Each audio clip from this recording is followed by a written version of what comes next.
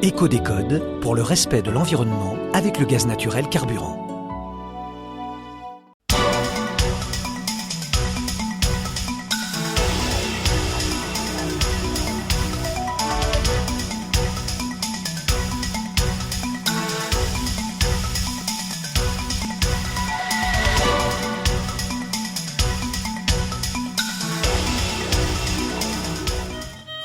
Le Maroc est-il un nouvel Eldorado ?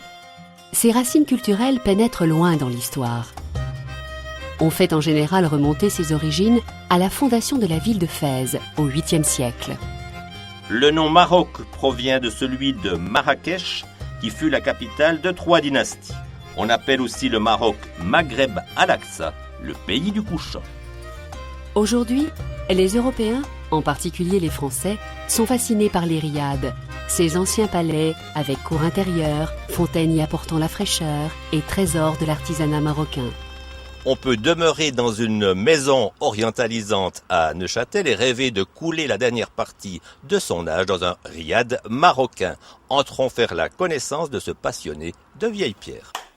Je suis très intéressé au niveau de la restauration, mais ici en Suisse, et c'est vrai que je suis convaincu que dans un bâtiment ancien, il faut travailler avec des matériaux anciens. Il y a 2 ans, on a complètement restauré l'enveloppe extérieure du minaret, qui était dans un état piteux, de manière à le rendre tel qu'il était à l'origine. Le minaret, c'est donc une construction qui a été voulue et réalisée par Philippe Suchard en 1865.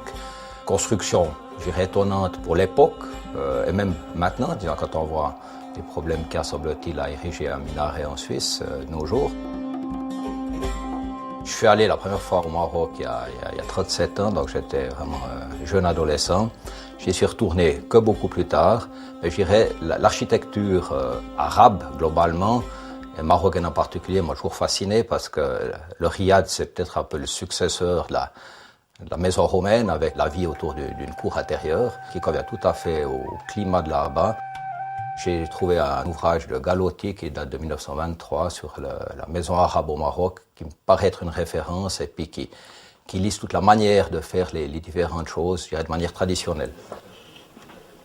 C'est vrai que maintenant la mode est à l'acquisition de riad, entre autres à Marrakech, et on a, je dirais, plus que l'impression qu'une partie de la jet set a quitté Saint-Tropez pour aller à Marrakech. Évidemment, du coup, le prix des riads a explosé. Donc, c'est peut-être réjouissant pour certains Marocains, puis ça doit amener quand même quelque argent. D'un autre côté, c'est vrai que si on veut acquérir un riad maintenant, ça me paraît difficile, je dirais, financièrement, d'en acquérir un à Marrakech. Et pourtant, des riads, le groupe français Barrière vient d'en acheter 30 au centre de Marrakech. Et il y en a encore, parole de ministre. Marrakech c'est devenu un peu plus cher, mais il y en a beaucoup à Fès, il y en a à Essaouira, il y en a à Azmour, qui est une belle petite ville sur l'Atlantique entre Casablanca et El Jadida. C'est la même chose pour des villas, c'est la même chose pour des appartements. À chaque fois qu'il y a un intérêt qui se manifeste pour un produit, eh bien ces produits flambent. Moi, la stabilité, je m'en tape.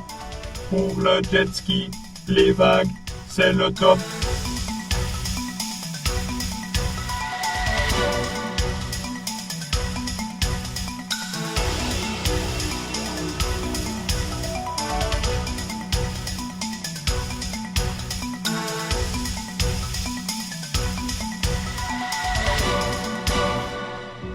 C'était Éco-décode avec le gaz naturel carburant pour le respect de l'environnement.